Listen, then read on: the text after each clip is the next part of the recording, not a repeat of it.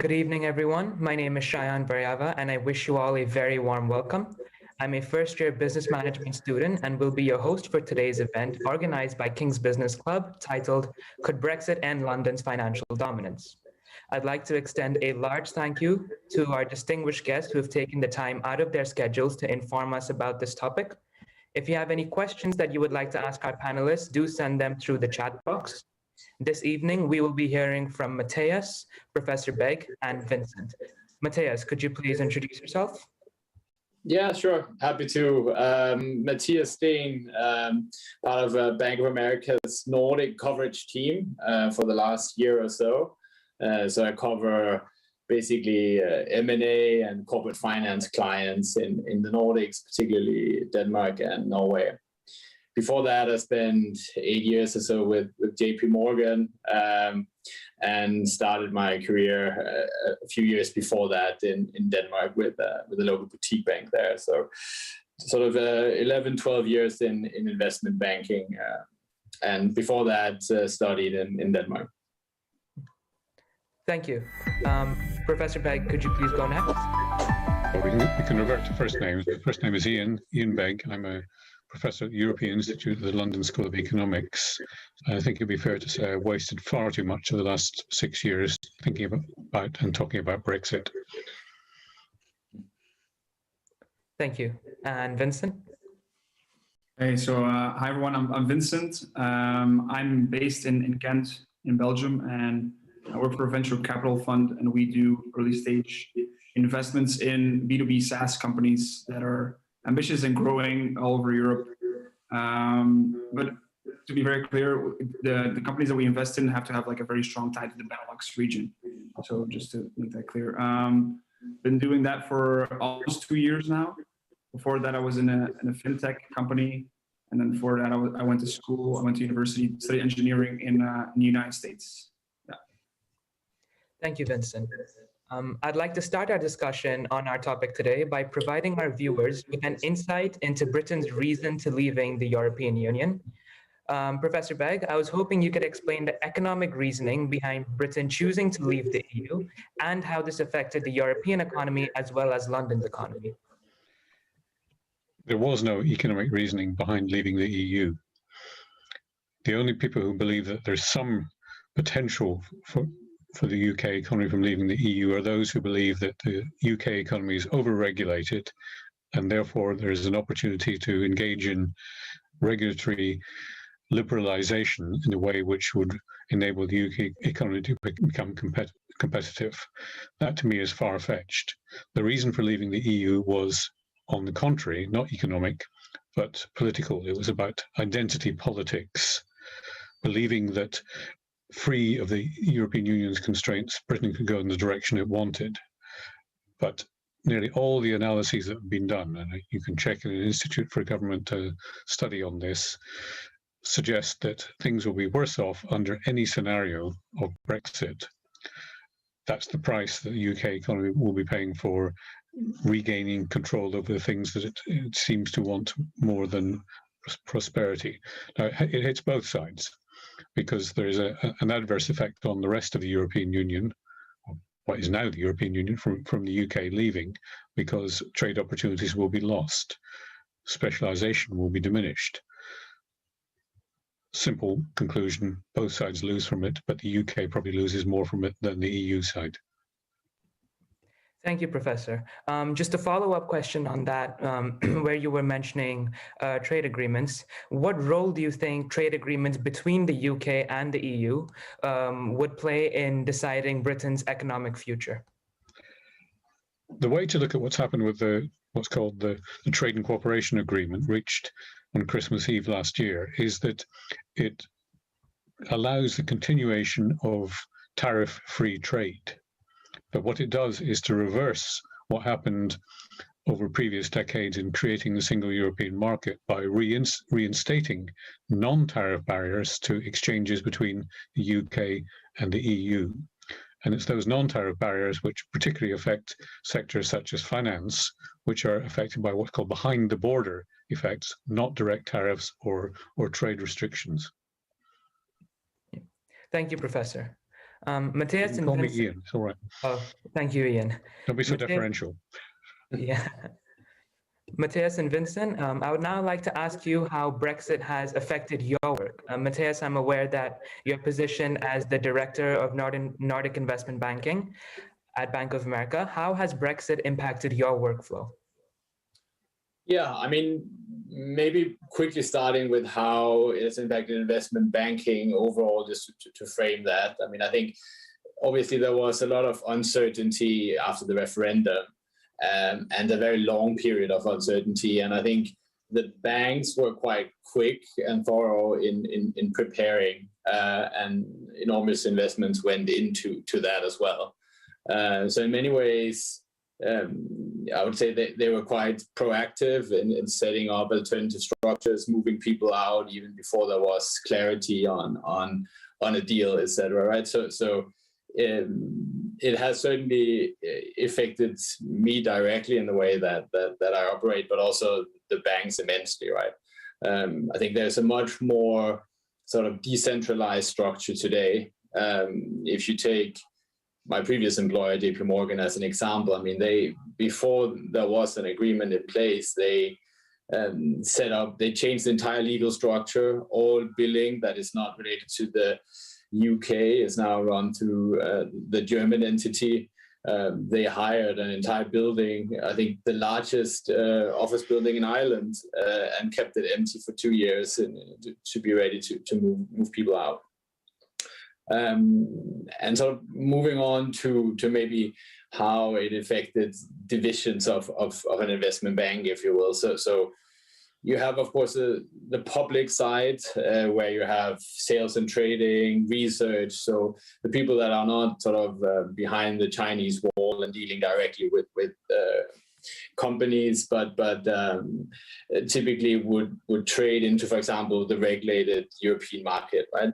A lot of those people and activities would have had to be moved out, and you've seen it being moved to Paris, Amsterdam, and Frankfurt primarily, and it has happened basically. On the private side, it's a little bit more mixed, and with private, I mean basically people like me in investment banking that deals with confidential information and mergers and acquisitions, etc. You've had regional coverage teams growing. I'm really the odd one out because I'm still left in the UK, largely for personal reasons. I'm holding out, if you will. But all the regional teams have really been moved out locally. We have a Stockholm office as well now in Bank of America. The M&A central teams, sort of sector coverage and product teams are still based in London. But have to operate quite differently. So, and relating to what Ian talked about with regulations, I mean, you basically now have to effectively be chaperoned so let's say I want to see a Swedish client, I need another director that's locally based to join the meeting and effectively chaperone me. So I'm more the sort of expert being brought in from the UK rather than the actual client coverage person. And that, of course, creates a number of obstacles for me day to day. But for now, I think the banks are still operating with that setup. You have the big sector teams and product teams and investment banking still centralized in London and traveling out from London before the pandemic, at least. So I mean, from that perspective, it has changed day to day. I need to cover my clients slightly differently, but fundamentally, the sort of sector and product setup in London has not changed yet. Thank you, Matthias. So do you think that maybe not now, but maybe in the future, major investment banks will either stay or will they move out of London? Well, I mean, I think there is a large degree of willingness to stay among the banks, right? And we should also remember, of course, that the UK market itself is the largest market for IPOs and corporate finance in Europe, and there is a lot of non-EU related banking happening in London. So I don't think there is a risk of London losing its position in Europe, right? But it's a much more fragmented picture. You have, for example, trading of European equities no longer takes place in London, right? That has largely been moved to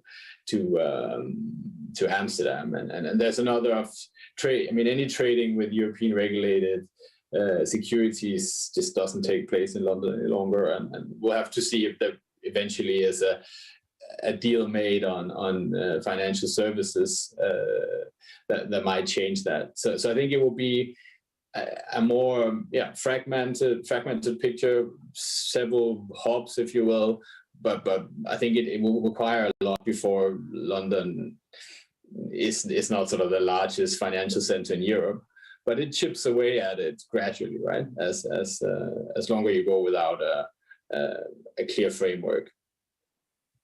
Thank you. We actually have a question from the chat, which is asking, which financial sector on the European mainland do you think will benefit the most from Brexit?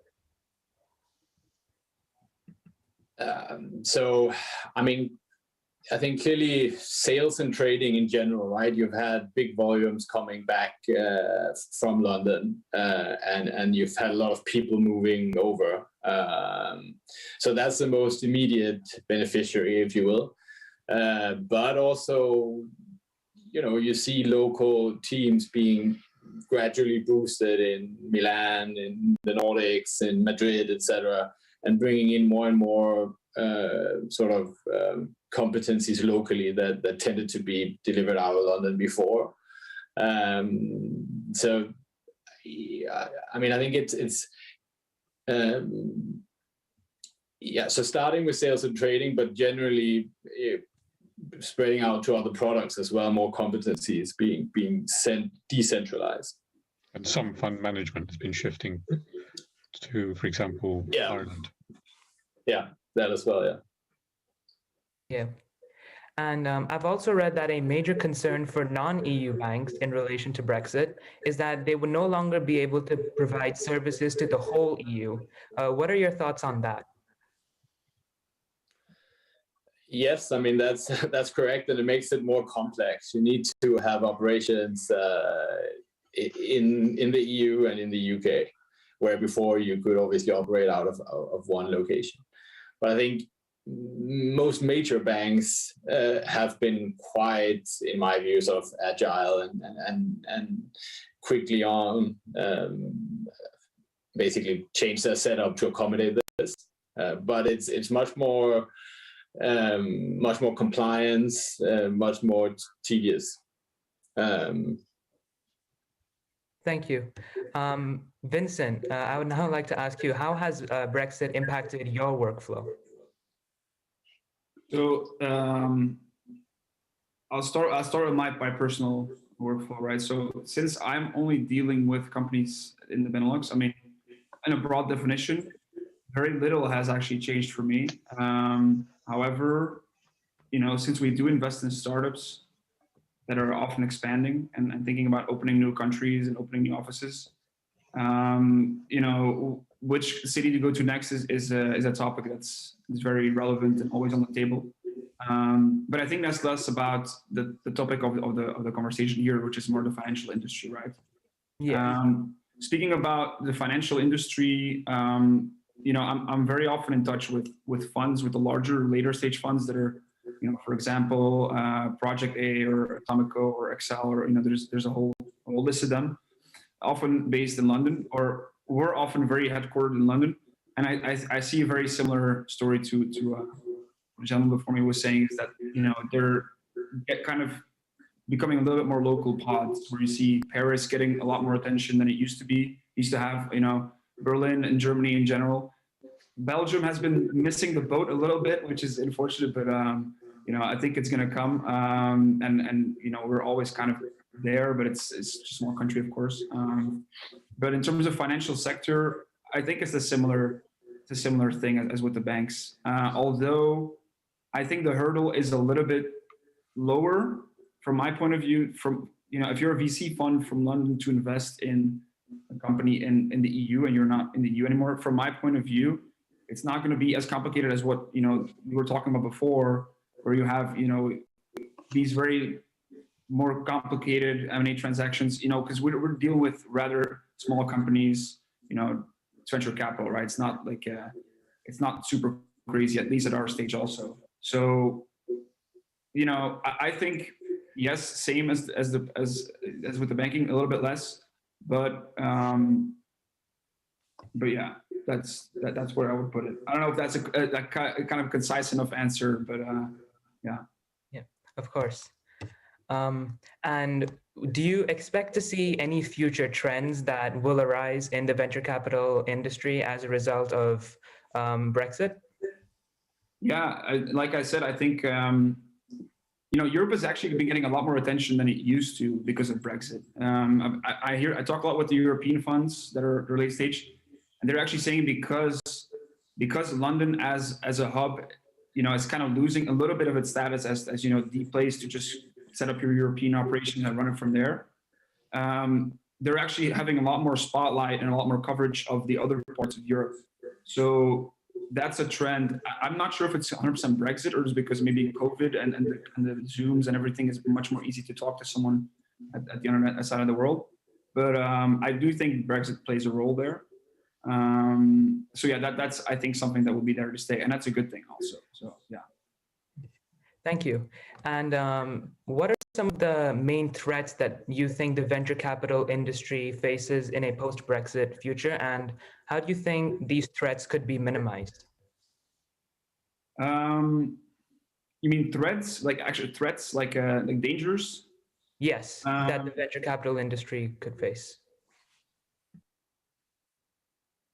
I think, barriers are never good. Barriers and a lot of times we have to make a distinction again between financial sector and the general economy, which I think is a very important one. Because if you look at the general economy, for example, Belgium and Flanders is one of the most heavily hit regions because of Brexit, because we do a lot of trade with the UK. And at the end of the day, as a fund, you're investing in a company, and in a software company, it's often the people. Like, we're not making anything in a factory, right? It's just people that are coding.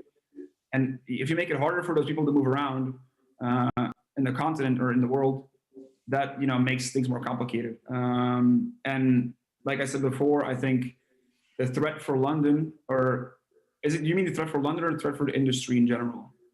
The industry. Or the industry? No, I don't see it as a threat, because actually, like I said before, I think it's a shift that was bound to happen, where people were always saying, London. Now a lot more spotlight on Amsterdam, Paris, other parts of Europe, which I think is a good thing. It's not a threat. It's actually, I think it's a very good evolution, because it's opening up a lot of people's eyes on, you don't necessarily need to do everything out of London. You should actually not. But again, I'm not sure if I'm talking again on more of financial sector side, or also on the operational startups side. So it's tough to make that distinction though. So. But I think if you look at the fundraising side, venture capital funding, it's still very efficient and still very much happening in London, right? Of course, there is, but the access to capital has not changed from that perspective from Brexit, no. Sure.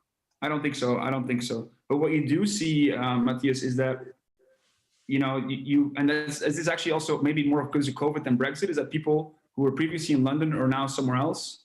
Yeah. And I don't know if they might stay there or not, right? Because, and I think they meet more people, because how do you meet the entrepreneurs that you invest in as a VC? Oftentimes it's just a random, in a bar in the street or whatever. So, sure, it might still be a fund out of London or out of the UK, but I think it's not going to be the same as it used to be, where you really need to go there. They might come to you, more like that. Yeah. Yeah. And Professor Begg, do you think Britain will regret its decision to leave the EU when it could have helped them rebuild their damaged economy because of COVID-19? Well, let me backtrack first before addressing that question, because I think we're potentially losing sight of the fact that London is a global financial centre. And as a global financial centre, it was the predominant centre in Europe prior to Brexit and will remain the predominant financial centre in Europe after Brexit. Also, I think this ties in with what Matthias and Vincent just said. The change in the sector itself overlaps with Brexit. We all hear frequently about fintech. We hear frequently about the possibilities maybe resulting from COVID of changing the business model of so many international banks or the complementary services. So you have to factor in how the financial services industry and the business services industry behind it, particularly in London, is evolving before you can get to a sensible answer about Brexit. To your question on whether not being involved in the EU recovery package matters for the UK, no, because broadly speaking, the countries of Northern Europe are the net contributors to the EU recovery package, and the countries in the south, and to some extent the southeast of Europe, are those who are net recipients of the EU recovery package. What it is likely to do is to trigger a brand new market in euro-denominated bonds, which so far it hasn't really happened because the EU recovery package has yet properly to start. But when they start borrowing genuinely, that's going to be a massive shift in the market, which could play up the internationalization of the euro. That could be a significant trend to consider. Also, the UK has been able to engage in pretty massive fiscal responses, similar in scale to what's happening in other European countries.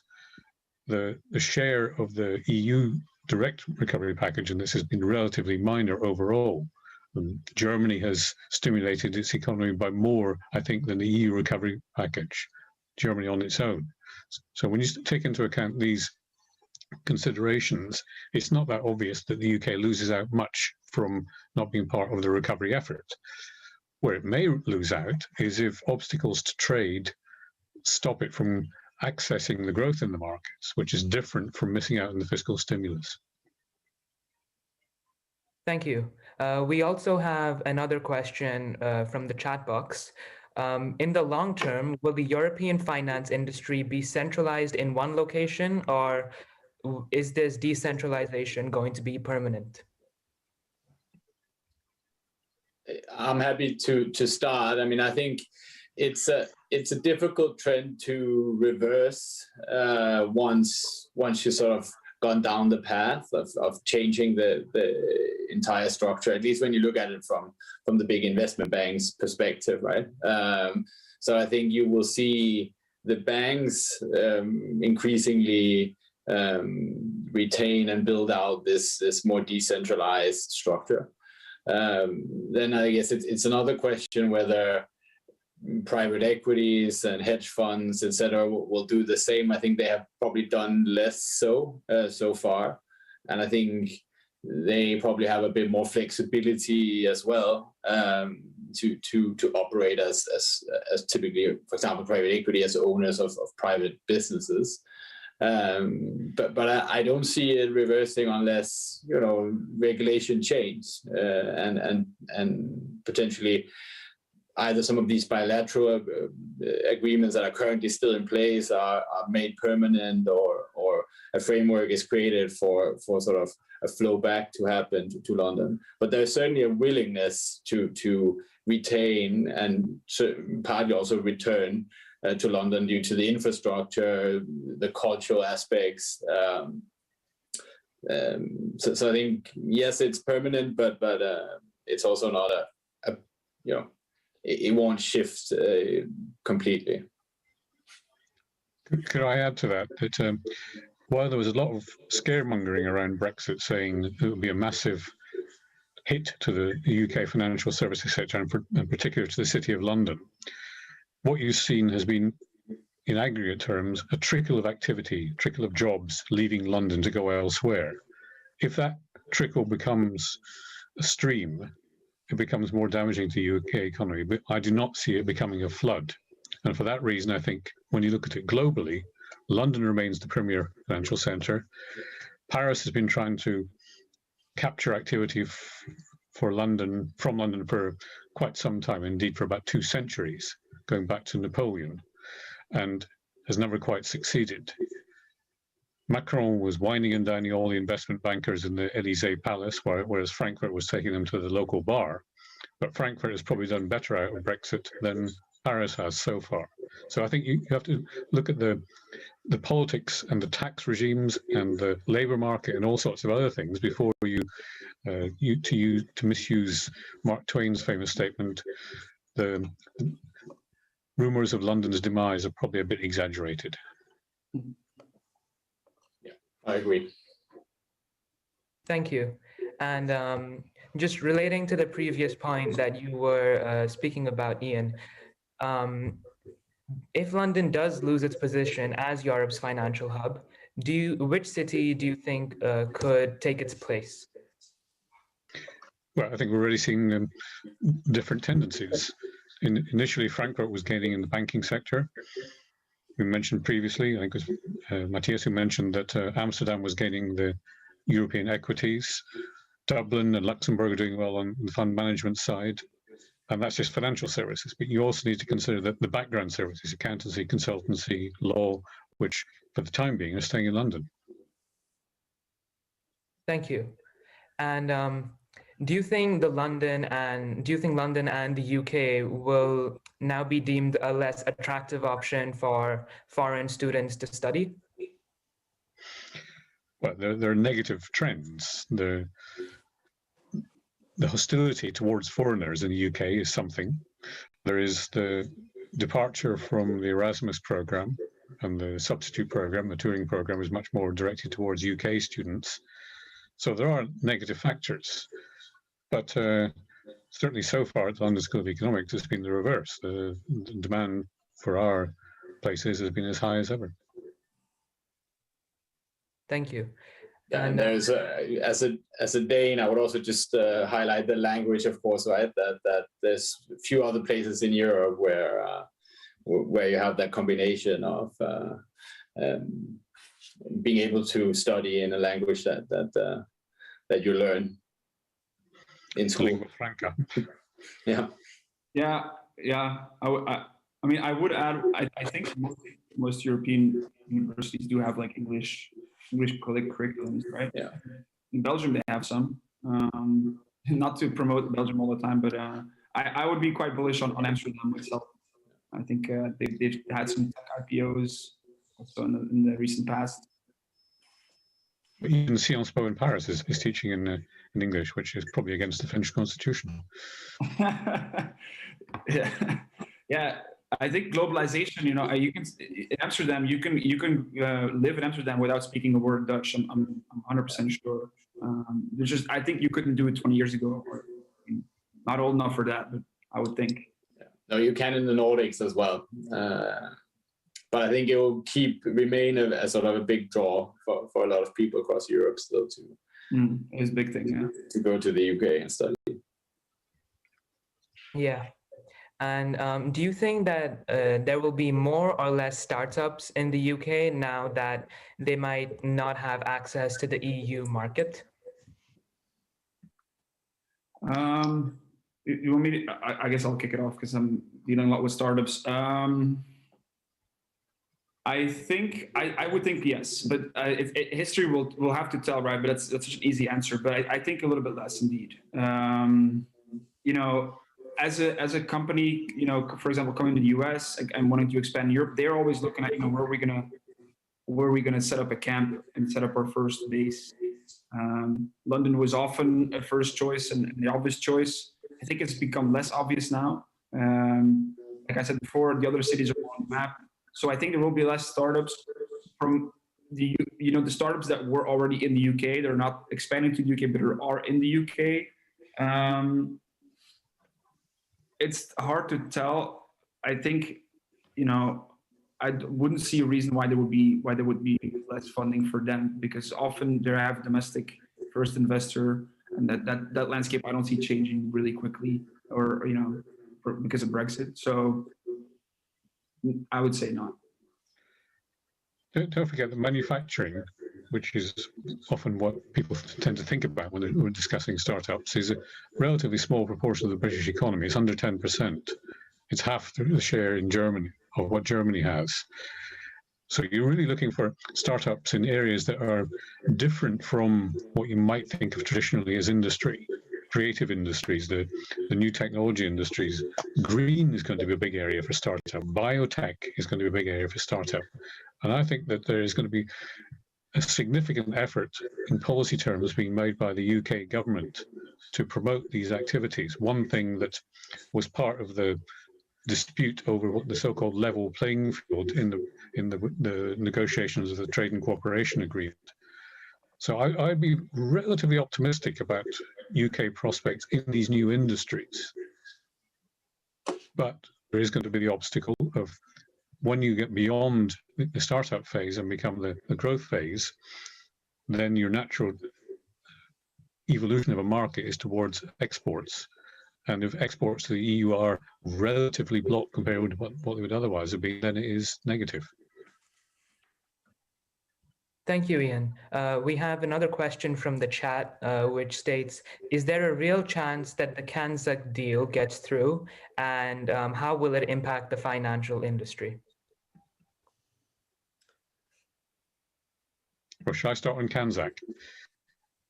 Here I want to introduce you to the science of arithmetic. UK exports to Canada, Australia, and New Zealand are roughly on the level of UK exports to Poland. So even if you doubled it, it's relatively insignificant. Now I turn to the other two for the finance side. Yeah, I mean, I get that. It's also not where the gravity of world finance is. That's clear. So I don't think it really impacts the finance industry particularly much, one way or the other. To be very honest, we're talking about marginal countries here, except for potentially the UK. Yeah. This next question relates to investment banking. What are the core factors that investment banks do you think will need to consider in operating in a post-Brexit future? Sorry, could you just repeat the middle part again? Yeah, what are the core factors that investment banks will need to consider when operating in a post-Brexit future? Yeah, so I think one clear... You only have 25 minutes to answer this, Matthias. Yeah, exactly. Well, I think one clear aspect is regulation, right? Which is now much more tedious. You have to, especially operating out of the UK into the EU. I touched on that, right? But you have to be very careful how you operate in terms of how you cover your clients. Make sure you're basically. It's similar to what you would have to do when you provided services from the UK into the US previously, right? So that has certainly changed. Then I think in terms of the fact that you're becoming more decentralized also impacts how you operate the bank, right? If you talk about investment banks again, you have more decentralized sort of power centers as well, and you have people increasingly in the same teams spread across different countries.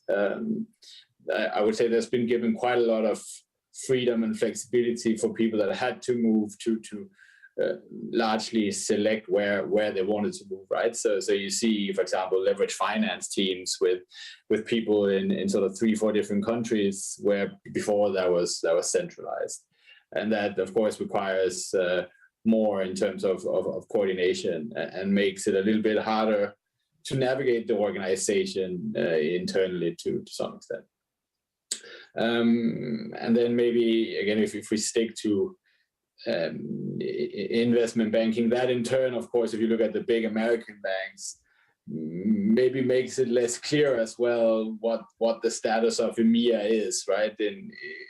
When you compare it to US or APAC, etc., which is typically how the banks operate, right? When you have one region that's suddenly a little bit more fragmented, then it also has a less of a unified voice internally.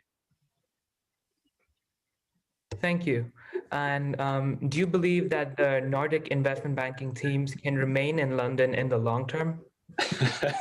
That's a very good question. Well, I mean, judging from how many are left, it looks difficult, right? But I guess I'm a bit of me and my colleague Mikkel Storm Jensen are probably the experiment here, right? But we so far managed to cover Danish and Norwegian clients via sort of bilateral agreements that have been effectively extended the old framework, right?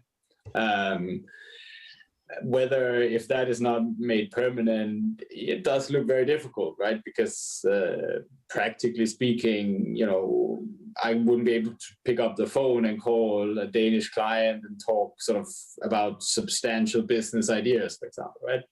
Which is a difficult position to be in if you're trying to sort of originate business.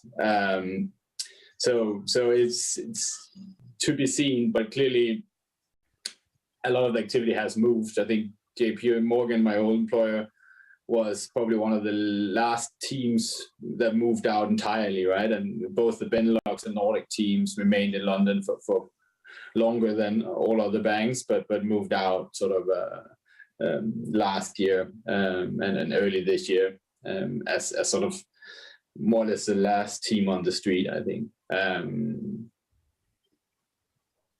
Yeah. So just following up with what you answered for the previous question and for the final question for the evening, several banks have moved their continental coverage teams to other locations in Europe because of Brexit. Do you think this trend will continue? Yeah, I mean, I think we've touched on this, but I think it really depends on the regulatory framework. I think there is a strong sense in all the banks that we have created the infrastructure in Europe to facilitate a move when and if necessary, but a lot of effort goes into also trying to accommodate people that wants to stay in London. And I mean, it comes also down, it's at the end of the day, human capital type of business. And if you force people that don't want to move, they might quit, right? So that's what the banks want to avoid. And they are trying to be as flexible as possible. So I think you will see quite a lot of effort being made to retain people. But at the end of the day, you also don't stay a place if it's sort of detrimental to your career. So you do see people, especially front office investment banking, which sort of I have probably the best reference point for, right? You do see people gradually moving out if they spend the majority of their time covering European clients. So I don't see that reversing unless there is a change in regulation that sort of allows it. Thank you, Matthias. Unfortunately, that's all the time we will have today. I would like to thank our viewers for tuning in to watch this event, as well as our panelists for taking the time out of their busy schedules to talk with us and provide us with their insight this evening. Also, everyone, please bear in mind that we have some great events posted on our YouTube channel. Do check them out if you're interested, and follow us on social media to keep up with the latest information and updates that we post. If you have any questions or queries,